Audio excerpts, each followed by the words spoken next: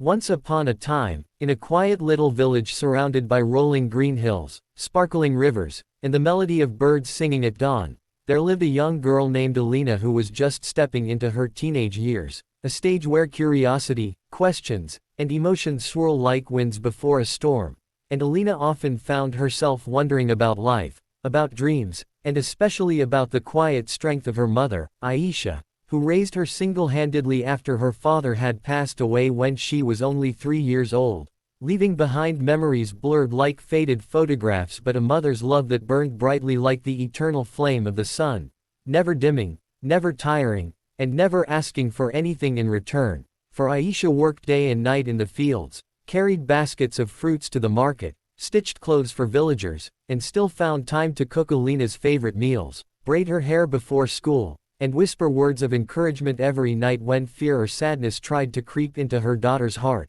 And Alina, though young, carried the awareness that her mother's love was not ordinary but something magical, something sacred, something powerful enough to shield her from the storms of the world. And yet, as teenagers often do, she sometimes felt restless, sometimes thought her mother's strictness was unnecessary, and sometimes wondered why life wasn't as easy for her as it seemed for other children whose fathers brought home money, whose mothers wore pretty jewelry, and whose houses had painted walls and tiled roofs, while theirs was a small mud home with a leaky roof during monsoons. But little did Alina know that her mother's sacrifices were building a fortress around her, invisible but unshakable, and soon she would see the depth of that love in ways she could never imagine. For one summer when Alina turned 13, the village was struck by a terrible drought. The rivers shrank into thin lines of muddy water, the crops turned yellow and withered, and hunger spread like a silent fire across every household. And while many villagers packed their belongings and left in search of survival,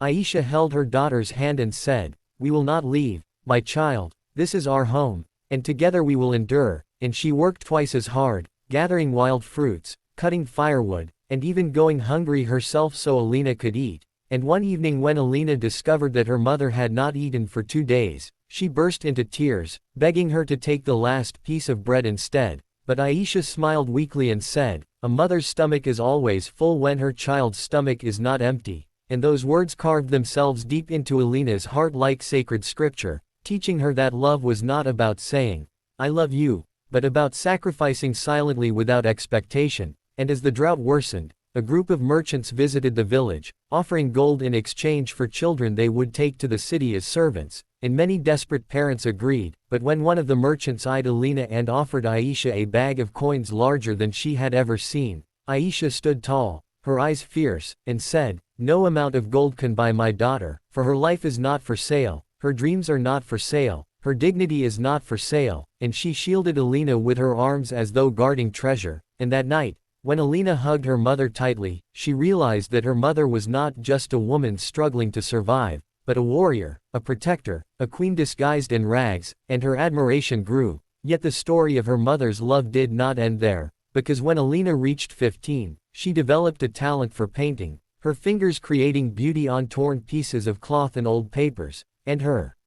mother, despite earning barely enough, sold her own silver bangles, the last gift from her husband, to buy Alina a set of colors and brushes, saying, "Your dreams matter more than my memories." And with those colors, Alina painted stories of the village, of the drought, of mothers and children, and her work began to catch the eye of travelers, who carried her art to the city, until one day, a great art teacher came searching for her, offering to take her to the city to study painting. But Alina was hesitant, for she could not imagine leaving her mother behind. Yet Aisha, holding back tears, said, "Go, my child, the wings I have given you are meant for you to fly, not to remain in the nest, and though my arms will ache without you, my heart will soar with pride as you reach heights I never could." And reluctantly, with tears streaming down her cheeks, Alina left, promising to return. And in the city she worked hard, remembering her mother's sacrifices, until she became known far and wide as a brilliant young artist, her paintings telling stories of love, sacrifice,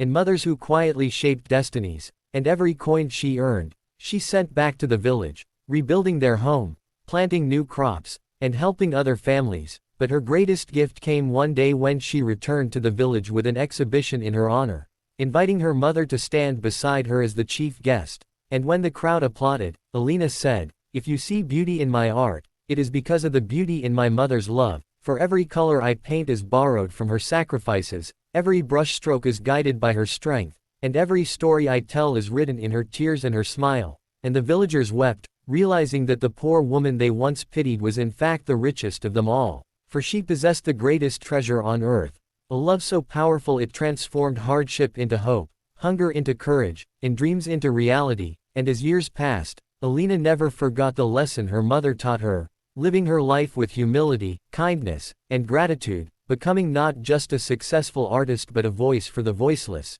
telling teenagers everywhere that while the world may celebrate fame, money, and beauty, the greatest gift they could ever receive was a mother's love, for it is the foundation of all strength, the fire behind every dream, and the light that shines even in the darkest nights. And so the story of Aisha and Alina spread far beyond their village, reminding all who heard it that while fairy tales speak of magic, the truest magic lies in the arms of a mother, whose love is the most powerful story ever written, a story that never ends, a story that shapes generations, a story that teenagers and grown-ups alike must carry in their hearts forever, for the bond between a mother and child is not limited by distance, hardship, or even time. It is eternal, unbreakable, and divine.